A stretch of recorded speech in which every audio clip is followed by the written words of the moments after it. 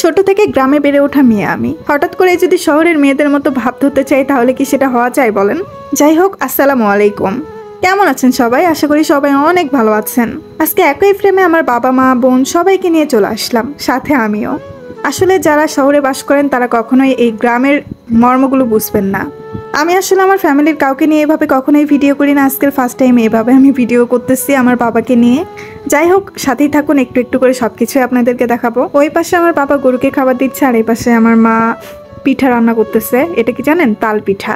কোনো কোনো জায়গায় হয়তো বা এই পিঠাটার নামই কখনো শোনেননি, তাল পিঠা, তাল বড়া। এই পিঠাটা খেতে কিন্তু অনেক সুস্বাদু। যারা যারা খেয়েছেন অবশ্যই তারা এর স্বাদ বুঝবেন। গ্রামের মানুষদের কাছে টাকা না থাকতে পারে, কিন্তু অফুরন্ত ভালোবাসা আছে তাদের মাঝে। ধনীরা হয়তো বা টাকার পিছনে ছুটতে গিয়ে কখনো ফ্যামিলিকে এইভাবে সময় দিতে পারে না। আর দেখুন গ্রামের মানুষেরা কত সুন্দরভাবে সবাই একসঙ্গে সবসময় মিলেমিশে থাকে। হয়তো বা তাদের পরিবারে টাকা নেই, ধন সম্পদ নেই, কিন্তু ভালোবাসা আছে অফুরন্ত, যেটা হাজার কোটি টাকা দিয়েও কিনে আনা সম্ভব হবে না।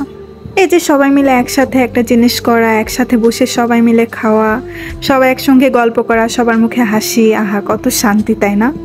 মাঝখানে টোটালি কাজ অফ করে দিয়েছিলাম, সেভাবে আমি কাজ করতাম না, জাস্ট মাঝে মাঝে একটু করে ভিডিও আপলোড করতাম। এখন থেকে ভাবতেছি রেগুলার কাজ করব। এই জন্য ভাবলাম যে একটু বাসায় আসছি, বাবার বাসায় আসছি, এখানে একটু সবাইকে ভিডিও করে শেয়ার করি।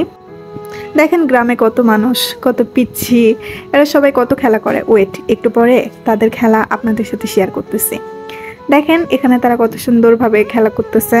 তো প্রতিদিন বিকেলেই এখানে বাচ্চারা এসে অনেক খেলা করে। এগুলো দেখলে না ছোটবেলার কথা মনে পড়ে যায়। এভাবে কত খেলছি, বউসি, গোল্লা ছুট, স্কুল সেট, জুতা চোর, দেন পাক্কা, আরও কত নাম, ওগুলো ভুলে গেছি আমি। যাই হোক, ঝাল লবণ তেল, এগুলো ছোট থাকতে খেলছি। এখনকার বাচ্চারা তো ওগুলো খেলা সম্পর্কে বোঝেই না।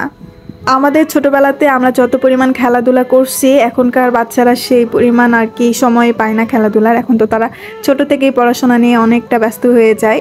তো তারপরেও গ্রামে এরকম বিকেলের টাইমটাতে এরকমভাবে বাচ্চারা খেলাধুলা করে। তো এখানে আমার বোন বাচ্চারা সবাই এখানে খেলাধুলা করতেছিল।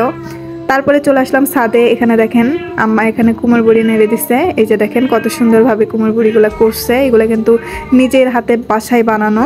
তারপরে নিচে চলে যেতে চাইলাম, বাট দেখতেছি বাবা আসলো। এখানে কবিতর আমাদের পালছে, দেখেন ছাদের এক কোণাতে এভাবে কবিতর পালছে ঘিরে, এগুলাকে খেতে দিচ্ছিল। দেখেন কত সুন্দর সুন্দর কতগুলা কবিতর হয়েছে আমাদের। এগুলো কবিতর পালার পর আমাদেরকে আর কবিতর কিনে খাইতেই হয় না, বাসায় যতগুলাই আর কি হয় এখান থেকেই খাওয়া হয়। দেখছেন কতগুলা আরও আছে, ওগুলো ভয়ে নামতেছে না, আমি আসি এই জন্য। আমি ক্যামেরা ধরে আসি, ওরা ভয় পাচ্ছে। আব্বু বলতেছে যে তুমি আসো, এই জন্য আসতেছে না। এই জন্য আমি একটু পাশের ছাদে চলে আসলাম। তারপরে আবার একটু গেলাম, দেখি ওদের খাওয়া দাওয়া শেষ হয়েছে কিনা। গিয়ে দেখতেছি না, এখনও শেষ হয় নাই। তো ওরা খেতে থাক। আজকের ভিডিওটা এই পর্যন্তই। সবাই ভালো থাকবেন আর বেশি বেশি করে লাইক, কমেন্ট, শেয়ার করবেন। ধন্যবাদ।